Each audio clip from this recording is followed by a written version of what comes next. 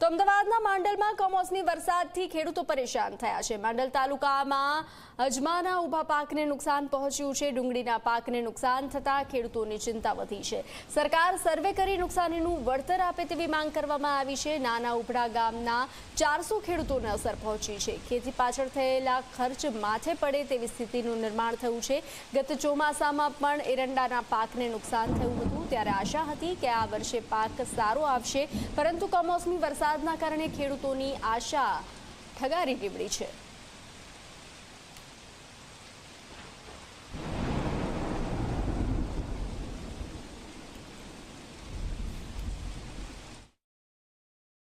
Generally મજૂરી સાથે અને ખાતર બિયારણ ને ટ્રેક્ટર ચાલે ને બધો ખર્ચ ગણીએ તો 10 થી 12 હજાર જેવો એક વીઘાનો ખર્ચ થાય।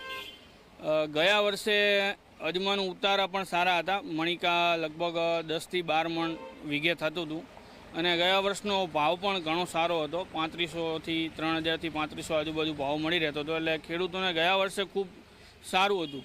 પણ આ વર્ષે એક તો જે અજમાના મણિકાના જે ઉતારા આવે છે એ 4-5 મણ જ આવે। વાતાવરણના કારણે કે ગમે તે બીજી પરિસ્થિતિના કારણે આ વખતે અજમાનો જે પાક જે થવો જોઈએ એ લગભગ 3જા ભાગનો થાય છે અને એની સાથે માર્કેટમાં ભાવ પણ આવતા નથી। ભાવ આ વખતે 1000 થી 1500 રૂપિયા ભાવ આવે, જે ગયા વર્ષે 3000 થી 3500નો ભાવ હતો। એટલે આ વખતે તો ખેડૂતને ડબલ માર છે।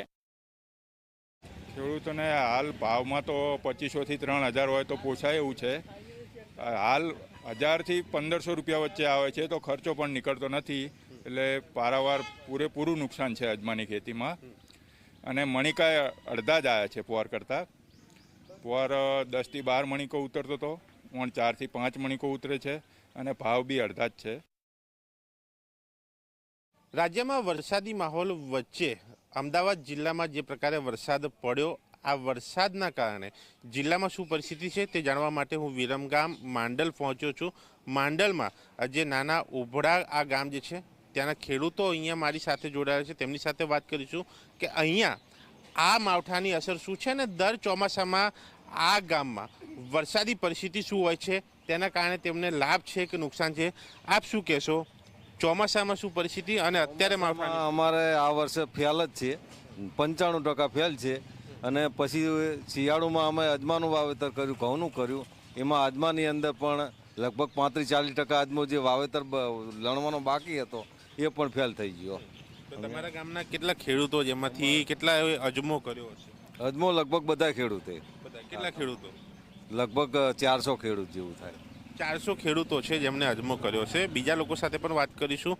અજમા સિવાય બીજા કોઈ પાકને અસર ખરી અને શું પરિસ્થિતિ હાલ ખેડૂતો? અજમા સિવાય જે અમે પહેલાં તુવરને એવું જે એમાં કર્યું હતું એની અંદર એમાં નુકસાન ગયું અને એ પછી વરસાદ વધારે થયો, એ પછી અમે રવિ પાકની અંદર ડુંગળી અને અજમાનું આયોજન કર્યું।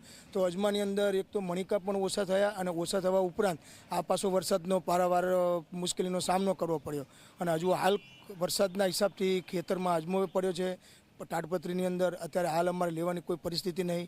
હવે મણિકે ઓછો થતો, ભાવ ઓછો થતા અને ઉપરથી આ વરસાદના માહોલથી બગડ્યો, એટલે અમારા ખેડૂતને તો હવે પડ્યા ઉપર પાટા જેવું છે। હવે તો આની અંદર કંઈક સરકારની અપેક્ષા અમે રાખીએ એવી કે કોઈ અમારી મદદ કરે અથવા અમને કોઈ આની અંદર રિસ્પોન્સ આપે એવી અમે સરકારની અપેક્ષા છે। વાત કરીએ તમે શું કહેવા માંગો? માંડલ તાલુકાના જે 36 ગામો છે તો 36 ગામોમાં ચોમાસામાં તો પારાવાર નુકસાન થયેલું હોય, 90 થી 95% નુકસાન એમાં સરકારને ખબર જ છે। અને એ ઉપરાંત રવિ પાકની અંદર ખેડૂતોએ છેલ્લો કોળિયો લેવા માટે અજમાનું વાવેતર કર્યું। અજમાના વાવેતરમાં શું થયું કે જ્યારે હવે છેલ્લે વાઢ લેવાનો થયો અને ત્યારે વાઢ કરતાં માવઠું આવી ગયું, તો માવઠાના કારણે કેટલાય ખેડૂતોના ઢગલા પડ્યા ખેતરમાં વાઢ કરેલા, તો ઢગલા તો ઓલરેડી પલળી જ ગયા છે। અને વત્તા જે ખેતરમાં ઊભો અજમો, એ ખેતરમાં અજમો પલળી ગયો, તો હવે ખેડૂત એને વાઢીને પાછો લેવા જશે તો એનો કલર ચેન્જ થશે।